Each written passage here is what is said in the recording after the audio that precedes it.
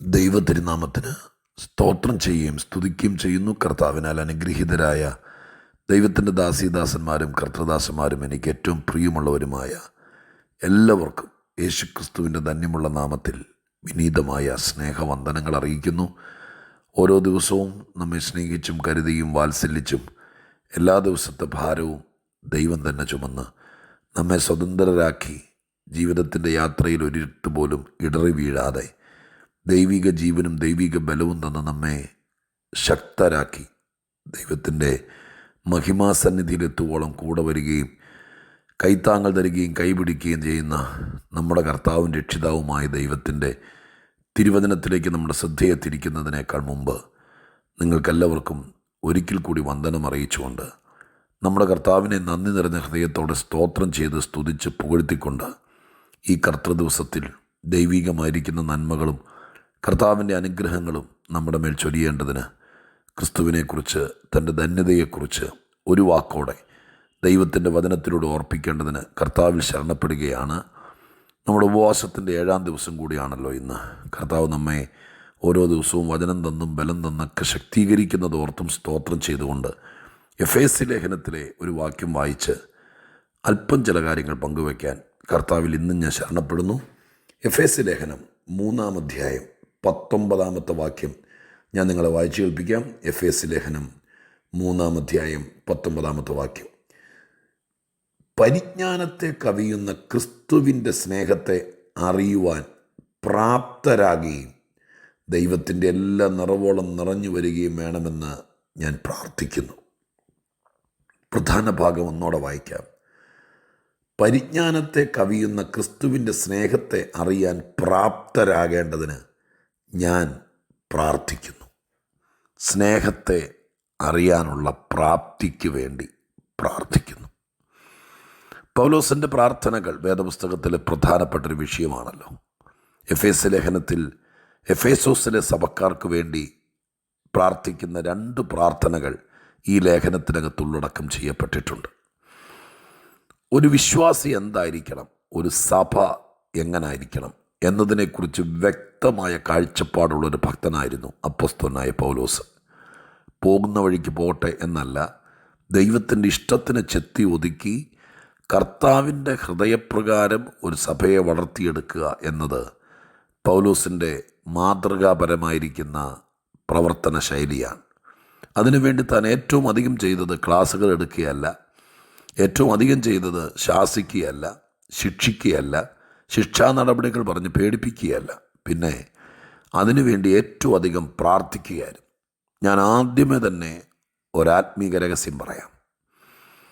നമ്മുടെ മക്കൾ, നമ്മൾ, നമ്മുടെ കുടുംബം, നമ്മുടെ ശുശ്രൂഷ എന്തുമാകട്ടെ, അതിനെക്കുറിച്ച് ആദ്യമേ തന്നെ നമുക്ക് ഒരു പ്ലാനിങ് എന്തായിരിക്കണം എന്നതിനെക്കുറിച്ചൊരു ഡിസൈൻ നമ്മുടെ മനസ്സിനകത്തുണ്ടാകണം. വരുന്നിടത്ത് വെച്ച് കാണാമെന്നും പോകുന്ന വഴിക്ക് പോട്ടെ എന്നും ചെല്ലുന്നിടത്ത് ചെല്ലട്ടെ എന്നുമുള്ള ധാരണ ലോകത്തിൻ്റേതാണ്. ഒരാത്മീയനെ സംബന്ധിച്ചിടത്തോളം പോകുന്ന വഴിക്ക് പോകുന്നതല്ല ആത്മീക ജീവിതം. പിന്നെയോ അതിനുവേണ്ടി ദൈവമായ കർത്താവ് കൃത്യമായി പാകപ്പെടുത്തി വെച്ചിരിക്കുന്ന അളവും ഉയരവും തൂക്കവും വീതിയും എല്ലാം ഉണ്ട്. അതിനകത്ത് ഒരച്ചിനകത്ത് രൂപപ്പെടുന്നത് പോലെയാണ് ആത്മീക ജീവിതം. ദൈവത്തിൻ്റെ പ്രമാണങ്ങളും ഉപദേശങ്ങളുമെല്ലാം ഒരച്ചാണ്. അതിനകത്ത് നമ്മളെ ഒതുക്കുകയാണ്. അതിന് പുറത്തേക്ക് പോകാതിരിപ്പാൻ നമ്മെ തന്നെ ചെറുതാക്കുകയാണ്. അതുകൊണ്ടാണ് പൗലോസിൻ്റെ ഭാഷയിൽ തന്നെ ഞാൻ ജഡത്തെ ക്രൂശിക്കുന്നു, മറ്റുള്ളവരോട് പ്രസംഗിച്ചിട്ട് കൊള്ളരാത്തവരാകാതിരിക്കാൻ വേണ്ടി നോക്കുന്നു. അങ്ങനെ നമ്മളെ തന്നെ ഒതുക്കുന്നു. ഈ അച്ചിനകത്ത്, ഈ ചട്ടക്കൂടിനകത്ത്, ഈ പ്രമാണത്തിനകത്ത്, ക്രിസ്തുവിൻ്റെ മനസ്സിനകത്ത്, ദൈവിക പ്ലാനിനകത്ത്, ദൈവ ഇഷ്ടത്തിനകത്ത്, വിശുദ്ധ വചനത്തിൻ്റെ അടിസ്ഥാനപരമായിരിക്കുന്ന ഉപദേശ സംഹിതയ്ക്കകത്ത് നമ്മെ ഒതുക്കി അതിനകത്ത് രൂപപ്പെടുത്തിയെടുക്കണം. പറഞ്ഞു വരുന്നത്, നാം എന്താകണം, നമ്മുടെ മക്കൾ എന്താകണം, നമ്മുടെ കുടുംബജീവിതം എന്താകണം എന്നതിനെക്കുറിച്ച് തിരുവെഴുത്തിൻ്റെ അടിസ്ഥാനത്തിൽ വ്യക്തമായിരിക്കുന്നൊരു കാഴ്ചപ്പാടുണ്ടാകുകയും ആ കാഴ്ചപ്പാടിൻ പ്രകാരം നമ്മെ രൂപപ്പെടുത്തിയെടുക്കാൻ വേണ്ടി അത് വെച്ച് പ്രാർത്ഥിക്കുകയും ചെയ്യണം. ഈ പ്രാർത്ഥനയ്ക്ക് അതാ കേട്ടോ, ഹൃദയത്തിലൊരു പ്ലാനുണ്ട്. ആ പ്ലാനിലേക്ക് നമ്മൾ വരേണ്ടതിന്, നമ്മുടെ കുടുംബാംഗങ്ങൾ വരേണ്ടതിന്, കുഞ്ഞുങ്ങൾ വരേണ്ടതിന് അതിനുവേണ്ടി മുട്ടുകുത്തി പ്രാർത്ഥിക്കുക. അതൊരു ചെറിയ പ്രാർത്ഥനയല്ല, ഉഴപ്പം പ്രാർത്ഥനയല്ല, ആരോടെങ്കിലും പ്രാർത്ഥിക്കാൻ പറഞ്ഞതല്ല, മുട്ടുകുത്തി പ്രാർത്ഥിക്കുക. കാരണം അത്ര സീരിയസ് ആയിരിക്കുന്ന വിഷയത്തിനാണല്ലോ. ഈ പ്രാർത്ഥനയുടെ ശൈലിക്ക് തന്നെ വ്യത്യാസമുണ്ടല്ലോ. നെടുമ്പാട് വീഴുക, കരയുക, മുട്ടുകുത്തുക, നെഞ്ചത്തടിച്ച് കരഞ്ഞ് ഉപവസിച്ച് ഒക്കെ പറഞ്ഞ് വിവിധതരം പ്രാർത്ഥനയില്ലേ. വിലപിച്ച് രട്ടുടുത്ത് പ്രാർത്ഥനയുടെ സീരിയസ് അനുസരിച്ചിട്ടാണ് പ്രാർത്ഥന ശൈലി മാറുന്നത്.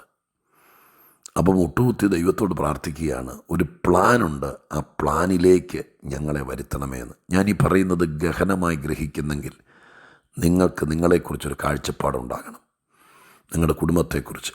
ആ പ്ലാനിൻ പ്രകാരം നാം നമ്മെ തന്നെ വളർത്തിയെടുക്കാൻ ദൈവസന്നിധിയിൽ ഇവണ്ണം പ്രത്യേക ആത്മഭാരത്തോടെ പ്രാർത്ഥിക്കണം.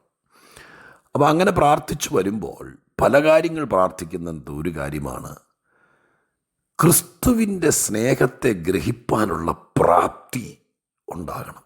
സ്നേഹത്തെ ഗ്രഹിപ്പാനുള്ള പ്രാപ്തി. എൻ്റെ പ്രിയപ്പെട്ടവരെ, ആ വാക്ക് നിങ്ങൾ ചിന്തിച്ചേ. സ്നേഹത്തെ അറിയണമെങ്കിൽ അതിനൊരു പ്രാപ്തി വേണം.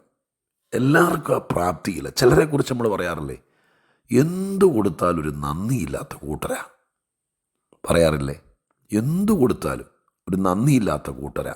ചിലരെക്കുറിച്ച് പറയും, ആ കൊടുക്കുമ്പോഴുള്ള സന്തോഷമുള്ളൂ, ഇച്ചിരി നേരം കഴിയുമ്പോഴേക്കും കൊടുത്തോടോ ഇല്ല. എന്താ കാര്യം? സ്നേഹത്തെ അറിയാനുള്ള പ്രാപ്തിയില്ലാത്ത ടീമാണ് അവരല്ല. എന്തെങ്കിലും ചെയ്താൽ, എന്തെങ്കിലും കൊടുത്താൽ, എന്തെങ്കിലും നന്മ ചെയ്താൽ അത് ഗ്രഹിച്ച് മനസ്സിലാക്കി, ഞാനിത് അർഹതയില്ലാത്തവനാണ്, എനിക്കിത് തരേണ്ട ഒരു കാര്യമില്ല, അവരിത് കഷ്ടപ്പെട്ടതാണ്, എന്നോടെന്തോ പ്രീതിയുള്ളത് കൊണ്ടാണ്, ഈ വക കാര്യങ്ങളെ മനസ്സിലാക്കിയിട്ട് അതിന് തക്കവണ്ണം നാം നമ്മെ സ്നേഹിക്കുന്ന ചിലരുണ്ട്. അവരുടെ സ്നേഹത്തിന് മുറിവുണ്ടാക്കരുത് എന്ന കാര്യം സുബോധത്തോടെ ഗ്രഹിച്ച് കഴിയുമ്പോൾ നാം നമ്മെ തന്നെ അച്ചടക്കത്തിന് വിധേയമാക്കും. പഠിക്കാൻ പോയി, ഞാൻ ഉദാഹരണം പറയാം.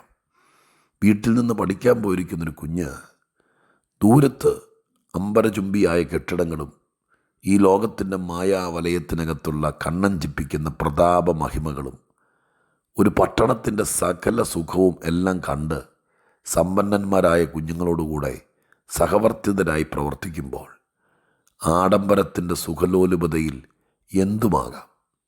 പക്ഷെ ആ കൊച്ചൻ ഗ്രഹിക്കുകയാണ്, എൻ്റെ അപ്പൻ കഷ്ടപ്പെട്ട് ബുദ്ധിമുട്ടി, ഞാൻ എപ്പോഴും പറയുന്ന പോലെ മുണ്ട് മുറുക്കി കൊടുത്ത് എന്നെ മാത്രം പ്രതീക്ഷിച്ച്, എന്നെ സ്നേഹിച്ച്, എനിക്ക് വേണ്ടി എല്ലാം തന്ന് കണ്ണുനീരോടെ പ്രാർത്ഥിച്ച്, എൻ്റെ അമ്മയും എൻ്റെ അപ്പനും അത്രയ്ക്ക് എന്നെ സ്നേഹിക്കുന്നു, ഞാൻ അവരുടെ സ്നേഹത്തിന് മുറിവുണ്ടാക്കരുത്, ഞാൻ അവരുടെ സ്നേഹത്തെ തല്ലിക്കെടുത്തരുത് എന്ന് കിലോമീറ്ററുകൾക്കപ്പുറം ഇരുന്ന് ഗ്രഹിച്ചാൽ ആ കൊച്ചൻ ഒരിക്കലും നശിക്കുകയല്ലെന്ന്. അവൻ പാപം ചെയ്യാൻ പറ്റിയല്ല. സ്നേഹിക്കുന്നവരുണ്ടെന്നും സ്നേഹിക്കുന്നത് എത്ര ആഴത്തിലാണെന്നും എന്തു തന്നാണ് സ്നേഹിച്ചതെന്നും ഗ്രഹിക്കാൻ കഴിഞ്ഞാൽ നമുക്ക് ആ ആളെ മറക്കാൻ പറ്റുമോ? അവരെ വേദനിപ്പിക്കാൻ പറ്റുമോ? അവരെ മറന്നിട്ടെന്തെങ്കിലും ചെയ്യാൻ പറ്റുമോ? ആ കൊടുത്തോടത്തുള്ള സ്നേഹം മാത്രം പറ്റുമോ? ഇല്ല. ഇവിടെ നിന്ന് അച്ചാറും ഉപ്പേരി വറുത്തതും പുത്തനുടുപ്പൊക്കെ മേടിച്ച് കണ്ണീരോടെ അവലോസുണ്ടയും ഒക്കെ ഉണ്ടാക്കി വണ്ടി കയറ്റി വിടുമ്പോൾ റെയിൽവേ സ്റ്റേഷനിൽ വെച്ച്, ബസ് സ്റ്റോപ്പിൽ വെച്ച് ഉമ്മ കൊടുത്ത് കെട്ടിപ്പിടിച്ച് വണ്ടി കയറുമ്പോഴത്തേക്ക് മൊബൈൽ എടുത്തിട്ട് ഈ സ്നേഹത്തെ, ഈ കരുതലിനെ മറന്നാൽ ആള് തകരില്ലേ? ഇതേ രീതിയിലാണ് പൗലോസ് ഇവിടെ പഠിപ്പിച്ചിരിക്കുന്നത്. ഇത് ഗ്രഹിപ്പാൻ ഒരു വേണം? പ്രാപ്തി വേണം. ഈ സ്നേഹത്തെ അറിയാനൊരു പ്രാപ്തി വേണം. 1-ാം ക്ലാസ്സുകാരന് 10-ാം ക്ലാസ്സുകാരൻ്റെ ക്വസ്റ്റ്യൻ പേപ്പർ കൊടുത്താൽ അവനത് എഴുതാനുള്ള പ്രാപ്തിയുണ്ടോ? ഇല്ല. പിന്നെ എന്താ ചെയ്യുന്നത്? ഇച്ചിരി സമയമെടുത്താലും സ്കൂൾ അധ്യാപകർ അവനെ ആ ക്വസ്റ്റ്യനെ ഫേസ് ചെയ്യാൻ, അതിന് മറുപടി പറയാൻ അവനെ പ്രാപ്തനാക്കിയെടുക്കുക. അങ്ങനെയല്ലേ പിള്ളേർ പടിപടിയായി പഠിച്ച് PhD കാരനും അല്ലാത്തവനൊക്കെ ആയിട്ട് പൊങ്ങിപ്പോകുന്ന എങ്ങനെ? ഒറ്റ ദിവസം കൊണ്ട് ക്വസ്റ്റ്യൻ പേപ്പർ കൈ കൊടുക്കുകയാണോ? അല്ല. വിവിധ കോളേജിലും വിവിധ കലാലയത്തിലും അവനെ പഠിപ്പിച്ച അധ്യാപകർ അവനെ പ്രാപ്തനാക്കിയെടുക്കുക. ഇതുതന്നെയാണ് പൗലോസും പ്രാർത്ഥിക്കുന്നത്. ദൈവമേ, ദൈവത്തിങ്കിലേക്ക് വന്ന കർത്താവിനെ അറിഞ്ഞ ഒരു ദൈവത്തിൻ്റെ പൈതൽ അവൻ പ്രാപ്തനാകണം. എന്തിന് പ്രാപ്തനാകണം? എങ്ങനെയെങ്കിലും സഭയ്ക്കകത്ത് രാഷ്ട്രീയം കളിച്ച് തലപ്പത്തെത്താൻ പ്രാപ്തനാകാൻ വേണ്ടി പഠിപ്പിക്കുന്നൊരു സാറല്ല പൗലോസ്.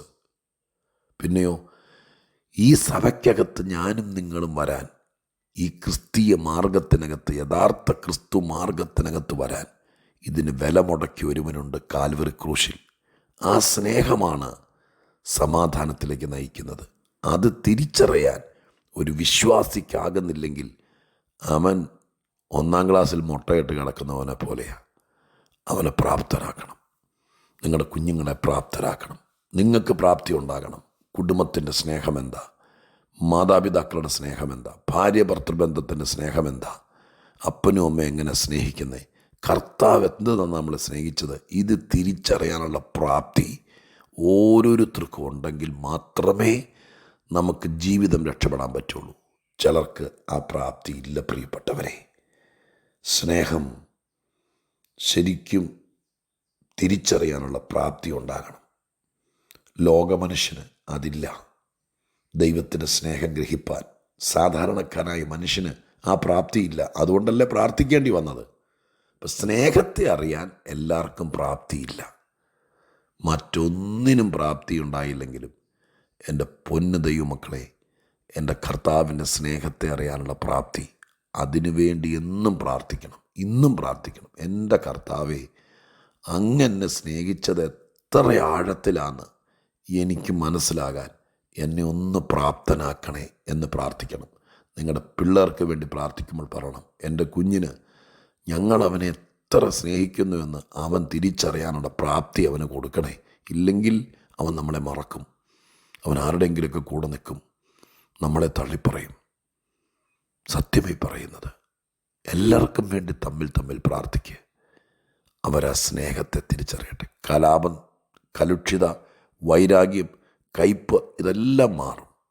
ബന്ധങ്ങളെയും സ്നേഹത്തെയും സ്നേഹിതരെയും തിരിച്ചറിയാനുള്ള പ്രാപ്തിക്ക് വേണ്ടി നമുക്ക് പ്രാർത്ഥിക്കാം. പരിശുദ്ധ ദൈവമേ, ഞങ്ങളുടെ സ്വർഗീയ പിതാവേ, ഒത്തിരി കാര്യങ്ങൾക്ക് പ്രാപ്തി വേണമെന്ന് തിരുവെഴുത്ത് പഠിപ്പിക്കുന്നു, ഞങ്ങളത് അറിയുന്നു. എന്നാൽ ഇന്ന് കർത്താവിൻ്റെ തിരുമുമ്പിൽ സന്തോഷത്തോടെ ഞാൻ എൻ്റെ ദൈവത്തെ വാഴ്ത്തി സ്തുതിക്കുന്നു. അപ്പാ, ദൈവപുത്രനായ ക്രിസ്തുവിൻ്റെ സ്നേഹത്തെ തിരിച്ചറിയാനുള്ള പ്രാപ്തി അത് അപാരമാണ്. ഇത് കേൾക്കുന്ന എല്ലാവർക്കും അത് കൊടുക്കണേ അപ്പാ. അങ്ങയുടെ സ്നേഹത്തിൽ നിന്ന് വേർപിരിക്കാതിരിക്കപ്പെടണമെങ്കിൽ ഈ സ്നേഹത്തിൻ്റെ പ്രാപ്തിയെ ഒന്നറിയാൻ ദൈവം ഇടയാക്കണം. തിരുമുമ്പിൽ ഏൽപ്പിക്കുന്നു. യേശുവിൻ്റെ നാമത്തിൽ പ്രാർത്ഥിക്കുന്നു. കേൾക്കണമേ പിതാവേ. ആമേൻ.